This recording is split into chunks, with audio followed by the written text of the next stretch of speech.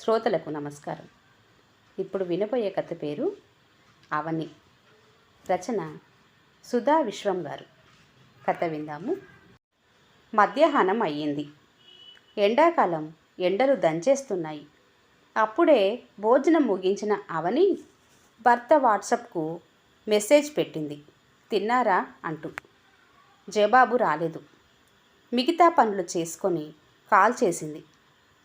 తిన్నాను, తినకుండా ఎందుకుంటాను? రోజు ఇదే విధవగోల నాకు. ఇన్నేళ్ల నుంచి చెబుతూనే ఉన్నా, అయినా ఇదే తంతు. ఏదో దూర ప్రాంతంలో ఉన్నట్టు. రోజు కొంపులోనే ఉంటాం కదా అని విసుగ్గా ఫోన్ కట్ చేశాడు భూపతి. ఒక్క నిమిషం నిట్టూర్పు విడిచి అలా నడుం వాల్చింది. ఒక్కసారి తన జీవితం అంతా వరుసగా మనసులో మెదిలింది. డిగ్రీ అయిన వెంటనే అవనికి ఒక మంచి కంపెనీలో ఆఫీసర్గా పనిచేస్తున్న భూపతితో పెళ్లి చేశారు పెద్దలు. పెళ్ళి అవ్వగానే ఉద్యోగరీత్యా చాలా ప్రదేశాలు తిరిగారు. భూపతి అదో రకం మనిషి. తను చెప్పిందే జరగాలనే తత్వం. అది ఒక అవని వద్దనే. బయట వాళ్ళతో ఎంతో బాగా వంగి మాట్లాడతాడు. తను ఇలా అంటాడని చెప్పినా ఎవ్వరూ నమ్మరు. ఏదైనా కొంటే మీ చెల్లెళ్లకు అన్నయ్యలకు చెబుతావేమే, ఇప్పుడే అందరికీ చెప్పకు, తర్వాత చెబుతాం అని చెప్పి తాను మాత్రం చెప్పేవాడు వాళ్ళతో. దాంతో అవని అంటే వాళ్ళందరికీ మంట. భూపతి చాలా మంచివాడు, దాపరికం లేని బోలా మనిషి, అవని మంచిది కాదు అనే అభిప్రాయం ఏర్పడింది. ఇటు అత్తవారింటి వైపు, అటు పుట్టింటి వైపు కూడా. ఎవ్వరూ సరిగ్గా మాట్లాడరు ఆమెతో. చచ్చావా బ్రతికావా అడగరు. కానీ తన అవసరం ఉన్నప్పుడు బాగా మాట్లాడి పనులు చేయించుకుంటారు. పెళ్ళైన కొత్తలో చెల్లెళ్ళతో అన్నలతో మాట్లాడడానికి కాల్ చేస్తే, లేదా వాళ్ళు కాల్ చేసినా పెట్టేయి, తర్వాత మాట్లాడతా అని చెప్పు అని విసుక్కునేవాడు భూపతి. దాంతో ఏం గొడవ అవుతుందోనని భయపడి పెట్టేసేది. వాళ్లకు ఈ విషయం సూచాయగా చెప్పినా అవనిపైనే కోపం పెట్టుకున్నారు వాళ్ళు. అవని పెళ్ళి అయ్యాక 7 ఏళ్లకు తల్లి తండ్రి చనిపోయారు. ఇక తనతో సరిగ్గా మాట్లాడే నాదుడే లేకపోయాడు. అప్పట్నుంచి తన మనసే తనకు ఫ్రెండు, ఇంకా అన్నీ. పెళ్ళి అయిన కొత్తలో ఒక సెల్ ఫోన్ కొనిచ్చారు అవని నాన్న. ఇన్కమింగ్ అవుట్ గోయింగ్కి ఛార్జ్ చేసేవారు. తనకు ఏమీ తోచక మధ్యాహ్నం లంచ్ టైంలో కాల్ చేస్తే, ఇది అడగటానికి ₹1 వేస్ట్ చేయాలా అని అరిచినంత పని చేశాడు భూపతి. నాకేమీ తోచట్లేదు, ఏదైనా జాబ్ చూడండి చేస్తాను అని అంటే పెద్దగా నవ్వి, నీ తెలివితేటలకు ఇంకా జాబ్ ఏం చేస్తావు అని వేళాకోళం చేసి చూద్దాంలే అన్నాడు. కానీ ఆ చూడటం ఇంతవరకు అవ్వలేదు. అవనికి 59 ఏళ్ళు, భూపతికి 60 నిండిపోయాయి. జాబ్ నుంచి రిటైర్డ్ అయ్యాడు. కానీ స్నేహితుడితో కలిసి ఏదో చిన్న బిజినెస్ మొదలుపెట్టాడు. అతనికి బీపీ, షుగర్ అన్నీ వచ్చాయి. అందుకే ఇలా కాల్ చేస్తుంది అవని, టైంకి తిన్నాడో లేదోనని. విసుక్కున్నా పట్టించుకోకుండా లంచ్ టైంలో కాల్ చేస్తుంది. ఓసారి చుట్టాల అమ్మాయి చదువుకోవటానికి వచ్చి ఓ 2 ఏళ్ళు వీళ్ళింట్లోనే ఉంది. ఆ అమ్మాయితో ఎంత బాగా మాట్లాడేవాడో. ఓసారి ఆ అమ్మాయికి జ్వరం వస్తే ఎంతో హడావుడి చేశాడు. అవనికి అనారోగ్యంతో ఉన్నా ఎప్పుడూ పట్టించుకున్న పాపాన పోలేదు. కానీ ఏవో మందులు తెచ్చి మొహాన కొట్టేవాడు వేసుకోమని. ఎలా ఉందని అడిగేవాడే లేడు. పిల్లలు అంతే. వాళ్ళ అవసరాలు తీరితే చాలు అక్కడే ఉండి అనారోగ్యంతో ఉన్నది చూస్తున్నా పట్టించుకోకుండా వాళ్ళ పని వాళ్ళు చేసుకుంటున్న భర్తను, పిల్లల్ని చూసి ఆశ్చర్యపోయేది అవని. ఇంత కఠినమైన మనసుతో ఎలా ఉంటారో అర్థమయ్యేది కాదు ఆమెకు. తోబుట్టువులు అంతే. కొందరి తలరాతలు అలానే ఉంటాయేమో. ఓసారి అన్న కూతురు ఏదో పని ఉండి వచ్చింది. చాలా ఆత్మీయురాలుగా మాట్లాడింది. అందుకే తనతో అవసరం వెళ్ళదీసుకొని మళ్ళీ నాతో మాట్లాడరు సరిగ్గా. నాకు అత్తింటి వైపు పుట్టింటి వైపు ఒకేలా ఉన్నారు అంటూ చెప్పిన అవనితో, అందరూ అలానే ఉన్నారు అంటే నీలోనే లోపముంది అత్తా. నేను చూడు, మా ఆయనను ఎలా గుప్పెట్లో పెట్టుకున్నాను. ఏది కావాలంటే అది కొంటారు. అత్తవాళ్ళు నోరు మెదపరు. అలా మనసులోనే ఉండాలి ఆ టాలెంట్. అందరినీ అనుకుంటే ఏం లాభం అంది. ఇద్దరు పిల్లలు పెళ్ళిళ్ళు అయ్యి సెటిల్ అయిపోయారు. పురుళ్ళు పుణ్యాలు చేయించుకున్నారు అవనితో. ఇప్పుడు కాల్ చేస్తే మాట్లాడరు. అమ్మా, నీకులా ఖాళీగా ఉన్నామనుకున్నావా? ఊరికే మాట్లాడాలంటే ఎలా కుదురుతుంది?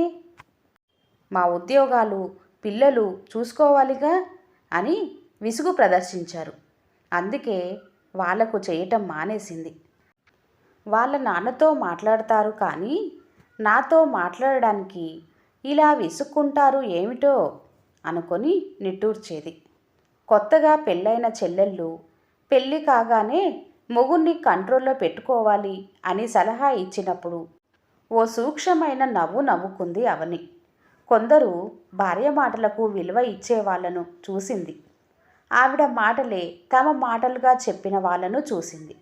ఏదైనా అడిగితే మావిడను అడిగి చెబుతా, కుదురుతుందో లేదో అని భూపతితోనే అనగా వింది. కానీ భూపతికి మాత్రం ఆ ఆలోచన ఉండదు. అవతలి వాళ్ళు ఏది చెబితే అది ఓకే చేస్తాడు. తనకు ఇష్టం ఉందా లేదా అనే ఆలోచననే చెయ్యడు.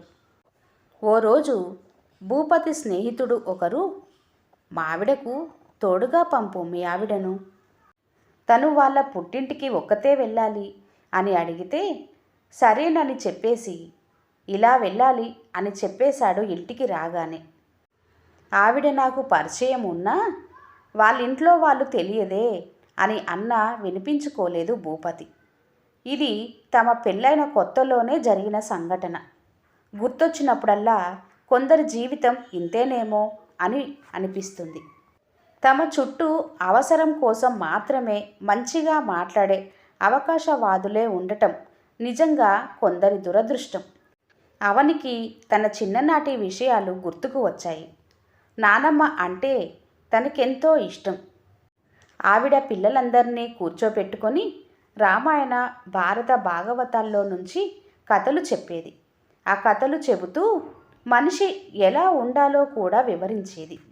ఆ విషయం అంతగా తన తోబుట్టువులు పట్టించుకోలేదు. కానీ తనకు మాత్రం బాగా మనసుకు హత్తుకుపోయాయి.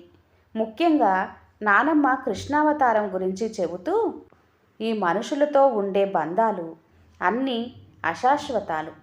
భగవంతుడితో ఉండే ఏ బంధంతో కూడిన భావన అయినా శాశ్వతం. భార్యాభర్తలు, అక్కా చెల్లెళ్ళు, అన్నాదమ్ముళ్ళు, పిల్లలు ఇలా ఎవరి కోసం మనం ప్రేమించి తపన పడ్డా వాళ్ళు మన ప్రేమకు విలువ ఇవ్వకపోవచ్చు, పైగా హీనంగా చూడవచ్చు. కానీ భగవంతుడు తనను ఎంతగా ప్రేమిస్తే అంతకు ఎక్కువగా కన్నతల్లి కంటే ఎక్కువగా కళ్ళల్లో పెట్టి కాపాడుకుంటాడు.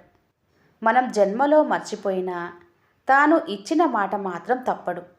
రుక్మి దంపతులు చేసిన తపస్సుకు మెచ్చిన విష్ణు భగవానుడు వరం కోరుకోమంటే వాళ్ళు నీలాంటి కొడుకు కావాలి అని అడుగుతారు. నాలాంటి అంటే ఎవరూ ఉండరు కనుక నేనే మీకు 3 సార్లు కొడుకుగా పుడతాను అని వరం ఇచ్చి ఆ జన్మలో వారికి పృప్ని గర్భుడు అనే పేరుతో, ఆ తర్వాత వాళ్ళు అతిథి కశ్యపులుగా పుట్టినప్పుడు వారికి వారసుడిగా, వారు దేవకి వసుదేవులుగా జన్మిస్తే వారికి కృష్ణ భగవానుడిగా 3 సార్లు కొడుకుగా జన్మించాడు. వారిని తప్పింపజేశాడు. అదే మనుషులకు ఏదైనా ఒక మేలు చేస్తే తెల్లవారేసరికి ఆ విషయం మర్చిపోయి నువ్వు మాకు అన్యాయం చేశావు అని అంటారు అని చెప్పేది. తాను అలాగే బ్రతికింది. తను కూడా మనసులో ఏ ఫీలింగ్ లేకుండా భావాతీతంగా ఉందామని ఎంతో ప్రయత్నించింది. కానీ సాధ్యపడలేదు. ఎవ్వరికి ఏ కొంచెం బాధ కలిగినా తల్లడిల్లిపోతుంది మనసు. నానమ్మ మాటలు గుర్తు తెచ్చుకొని మానసికంగా భగవంతునికే దగ్గరగా ఉండి ఈ బంధాలను పట్టించుకోవద్దు అని ఎంతగా అనుకున్నా పూర్తిగా వదిలించుకోలేకపోతుంది అవని. అది చెప్పినంత సాధ్యమా? ఇలా ఆలోచిస్తూ ఉంటే చిన్నగా కునుకు పట్టింది అవనికి. ఇంతలో పనమ్మాయి కాలింగ్ బెల్ కొట్టింది. తలుపు తీసి ఆ పనులు అవగానే టీ పెట్టి పనమ్మాయికి ఇచ్చి తను తెచ్చుకొని కూర్చుంది. ఈ మధ్య పెట్టుకుంది పనమ్మాయిని. ఇన్నేళ్లుగా ఒంటి చేత్తో పనులు తానే చేసుకునేది. ఈ మధ్య చెయ్యడానికి శరీరం అస్సలు సహకరించట్లేదు. అందుకే పన్నమ్మాయిని పెట్టుకుందామని అడిగింది భూపతిని. ఉండేది ఇద్దరమే, ఇంతోటి పనికి పన్నమ్మాయి ఎందుకు అన్నాడు. కానీ మళ్ళీ ఏమనుకున్నాడో సరేనన్నాడు. వంట తనే చేస్తుంది, మిగతా పనులకు పనమ్మాయి. రాత్రికి చపాతీలు కూర చేసి భూపతి కోసం ఎదురు చూస్తూ కూర్చుంది. ఇలా ఎదురు చూస్తూ కూర్చున్నప్పుడల్లా అమ్మ చెప్పిన సంగతి గుర్తు వస్తుంటుంది అవనికి. అమ్మ వాళ్ళ చుట్టాలమ్మాయి ఎప్పుడూ భర్త కోసం చూస్తూ అతను వచ్చేదాకా తినకుండా ఉండేదట. అతనేమో కావాలని లేటుగా బయటే ఫుల్లుగా తిని వచ్చేవాడట. ఒక్కోసారి 2 రోజులు ఇంటికి రాకుండా పోయేవాడట. ఆ మానసిక హింస, తిండి సరిగ్గా తినకపోవడంతో పిల్లలు కూడా పుట్టక ముందే చనిపోయిందట ఆ అమ్మాయి.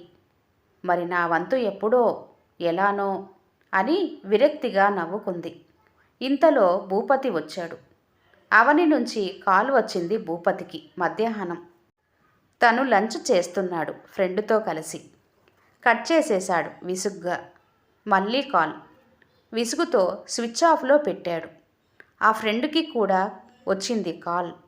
చాలా సరదాగా మాట్లాడి పెట్టేశాడు. రోజూ కాల్ చేస్తుంది మా ఆవిడ. నా ఆరోగ్యం గురించే ఆమె బెంగ. ఎప్పుడూ నా గురించే ఆలోచిస్తుంది. తను నా భార్య అవటం నా అదృష్టం రా. ఈ కాలంలో భర్త గురించి నిరంతరం తపన పడేవాళ్ళు ఎంతమంది? ఇంట్లో ఒక్కతే ఉంటుంది. తనకు కూడా ఏమైనా అయితే అందుకే మధ్య మధ్యలో నేను కాల్ చేసి మాట్లాడుతుంటాను. ఎలాగో రిటైర్డ్ అయ్యాము, ఇప్పుడు చేసేది ఏదో కాలక్షేపానికి కదా అంటున్నాడు స్నేహితుడు. ఇంతలో లంచ్ అయిపోయింది. తన క్యాబిన్కి వెళ్ళి ఫోన్ ఆన్ చేశాడు. 20 మిస్డ్ కాల్స్ ఉన్నాయి అవని నుంచి. ఇందాకడి స్నేహితుడి మాటల ప్రభావమో ఏమో కాల్ చేశాడు అవనికి. అవతల నో రెస్పాన్స్. అస్థిమితం అయ్యింది మనసు ఎందుకో. సరే ఇంటికి వెళ్దాం అనుకుంటుండగా పనమ్మాయి నుంచి కాల్. సార్, అమ్మగారు తలుపు తీయట్లేదు. కిటికీలో నుంచి చూస్తే పూజ గది ముందు పడిపోయినట్టుగా అనిపిస్తుంది. గాబరాగా అనిపించి మీకు కాల్ చేశా అంది. వెంటనే ఇంటికి వెళ్ళి డూప్లికేట్ కీతో తలుపు తీయించి లోపలికి వెళ్ళి చూస్తే పూజ గది ముందు పడిపోయి ఉంది అవని. ముట్టుకొని చూస్తే చేతులు చల్లగా తగిలాయి. వెంటనే అంబులెన్స్కు కాల్ చేశాడు. తన ఫోన్ నుంచి అందరికీ కాల్ చేసినట్లుంది. ఎవ్వరూ లిఫ్ట్ చేయనట్టున్నారు. అంబులెన్స్ వచ్చింది. హడావుడిగా పెద్ద మల్టీ స్పెషాలిటీ హాస్పిటల్కు తీసుకువెళ్ళారు. డాక్టర్ చెక్ చేసి, సారీ అండి, గంట క్రితమే ఆవిడ ప్రాణాలు విడిచారు హార్ట్ స్ట్రోక్తో అని చెప్పారు. అందరికీ సమాచారం అందింది. వచ్చి ఏడుపులు ఏడ్చారు. ఆవిడతో బంధాలు గుర్తు చేసుకున్నారు. అన్నలు, అక్క చెల్లెళ్ళు ఎంత మంచిదో అవని అన్నారు. పిల్లలు, అమ్మా మమ్మల్ని వదిలిపోయావా? నీ మనవలు మనవరాళ్ళు నిన్నే కలవరిస్తున్నారే అంటూ ఏడ్చారు. కానీ ఇవేమీ వినడానికి అవని దేహం నిర్జీవమై ఉంది. ప్రతి ఒక్కళ్ళు ఆమె ఫోటోతో ఫేస్బుక్లో స్టేటస్ పెట్టారు. కవితాత్మకంగా వ్రాశారు ఆమెను కోల్పోయిన బాధను. ఫేస్బుక్లో అందరి స్నేహితుల, బంధువుల చేత ఓదార్పు పొందారు. కార్యక్రమాలు ఘనంగా చేసి ఫేస్బుక్లో పోస్టు చేసుకున్నారు. వీళ్ళ బాధకు అవనితో, వీరి బాంధవ్యానికి అందరూ జేజేలు కొట్టారు. అలా ఈ అవని నుంచి నిష్క్రమించింది. మరణానంతరం వీరు చూపించే అతి ప్రేమను చూసి ఓ సూక్ష్మమైన నవ్వు నవ్వుకొని, హమ్మయ్య, ఇప్పటికైనా ఈ అబద్ధపు అనుబంధాల నుంచి విముక్తి కలిగిందని తనకు నిర్దేశించిన లోకానికి పయనమయ్యాడు అవనిలో నుంచి వెళ్ళిన జీవుడు. ఈ కథ ఇంతటితో సమాప్తం. కథ కనుక నచ్చినట్లయితే లైక్ చేయండి, షేర్ చేయండి. అలాగే మరిన్ని మంచి వీడియోల కోసం ఛానల్ని సబ్స్క్రైబ్ చేసుకోండి. మరొక కథతో మళ్ళీ కలుద్దాం. ధన్యవాదములు. అంతవరకు సెలవు. నమస్తే.